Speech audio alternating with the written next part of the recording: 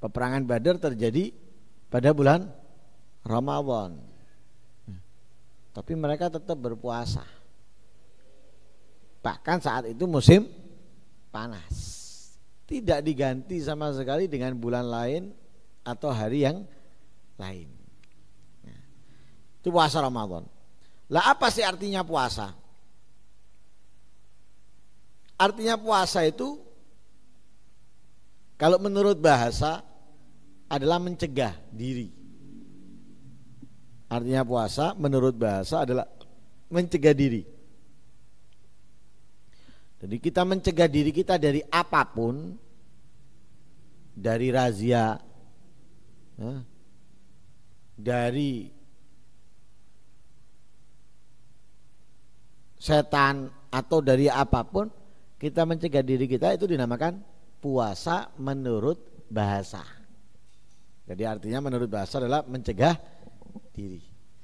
Tapi menurut syariat puasa ini adalah menahan diri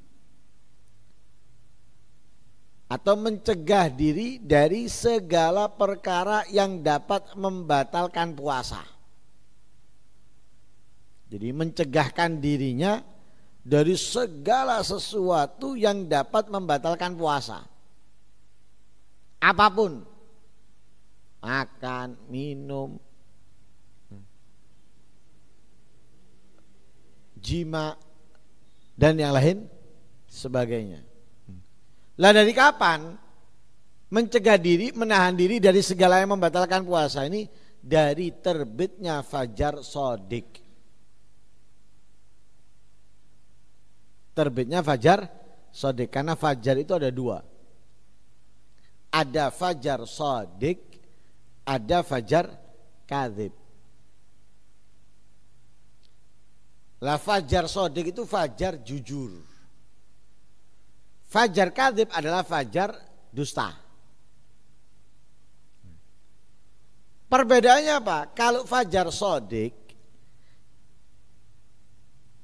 cahayanya itu melebar. Jadi merata itu. Ya, merata. Ini fajar shadiq. Tapi kalau fajar kadzib cahayanya atau terangnya itu memanjang. Tidak melebar tapi memanjang, seperti senter. Jadi cuma lurus. Ya. Tapi kalau fajar shadiq enggak, lebar. Jadi bukan hanya yang disinari saja, tapi kanan kirinya pun juga terang. Itu fajar shadiq. Lah fajar kadzib itu dengan fajar shadiq waktunya enggak berjauhan. Waktunya tidak berjauhan. Nah.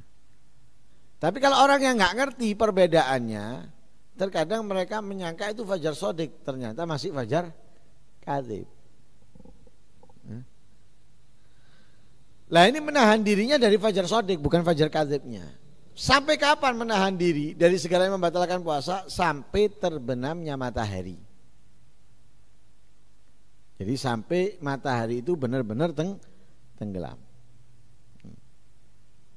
Nah, tenggelam itu bukan ngelihat daerah kita sudah petang, gelap. Nah, berarti kalau kita di lembah yang kanan kirinya gunung, berarti ketika matahari itu sudah turun di bawah gunung, mau nggak mau daerah kita gelap.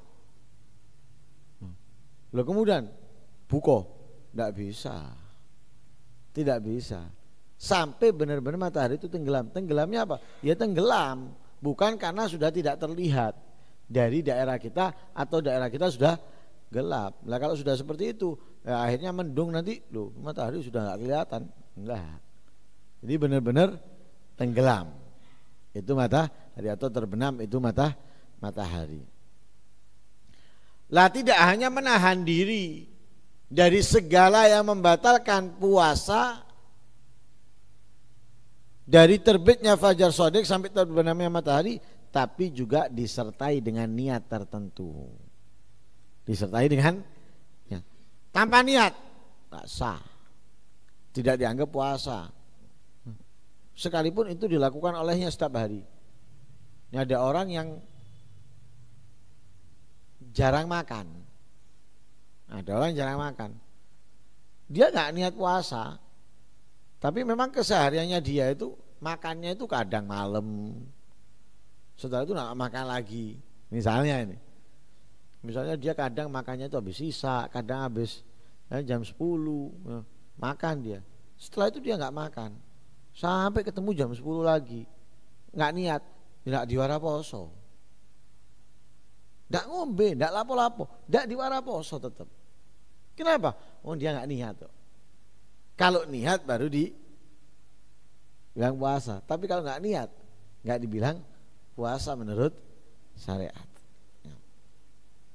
Lah keutamaan bulan Ramadan. Lah kalau kita membahas keutamaan bulan Ramadan panjang.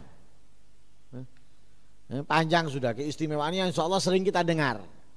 Satu aja yang harus menjadi renungan kita untuk bisa meningkatkan ibadah kita di bulan Ramadan. Rasulullah bersabda, kalau orang-orang tahu apa yang ada di bulan Ramadan, niscaya mereka mengharapkan Ramadan 1 tahun. Wis itu renungono dhewe, renungi, pikir sendiri sudah. Ya. Rasulullah mengatakan seperti itu, kalau tahu. Jadi kalau tahu itu renungi sudah. Kita mau tidur kita pikir, kenapa ya Rasulullah mengatakan kalau tahu ya? Ada apa sih? Kok sampai seperti itu? Lah pikirin dhewe wis. Lah itu berarti sesuatu yang sangat besar, sesuatu yang sangat banyak, sesuatu yang sangat istimewa, mulia, yang tidak bisa digambarkan dengan kata-kata. Dengan kata-kata nggak cukup. Mau pakai kata-kata ini kurang, mau pakai kata-kata itu kurang. Kenapa? Begitu besar, begitu banyak, begitu istimewa. Nah, kalau kita kehilangan berarti kerugian yang sangat besar. Kalau kita kehilangan kerugian yang sangat besar. Karena itu ulama dahulu itu kalau sudah bulan Ramadan mereka fokus ibadah sehingga urusan dunia itu mereka benar-benar jauhi. Kita kan enggak sama aja mau bulan apapun.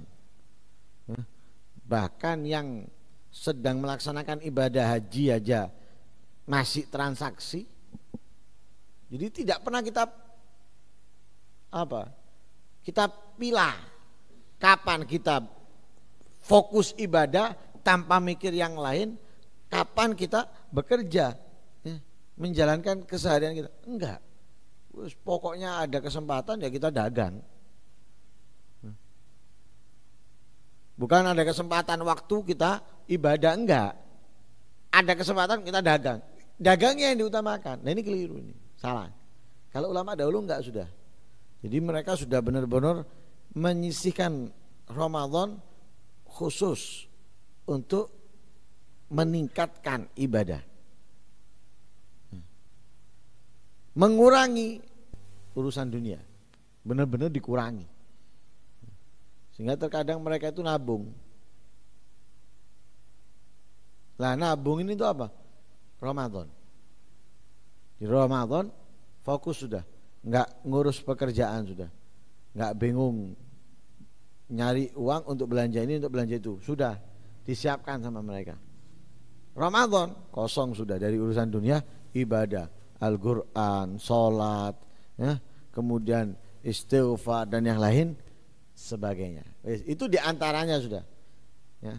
Kalau kita bahas hadis-hadisnya panjang sudah, kita mungkin setiap tahunnya ngerungokno itu, ya, mendengarkan. Tapi itu berarti itu menunjukkan berarti sangat besar dan sangat istimewa yang nggak bisa diungkapkan dengan kata-kata. Keistimewaan, kemuliaan Ramadan, dan juga mengingatkan sangat rugi bagi orang yang tidak berusaha meraih keistimewaan, kemuliaan yang ada di bulan Ramadan.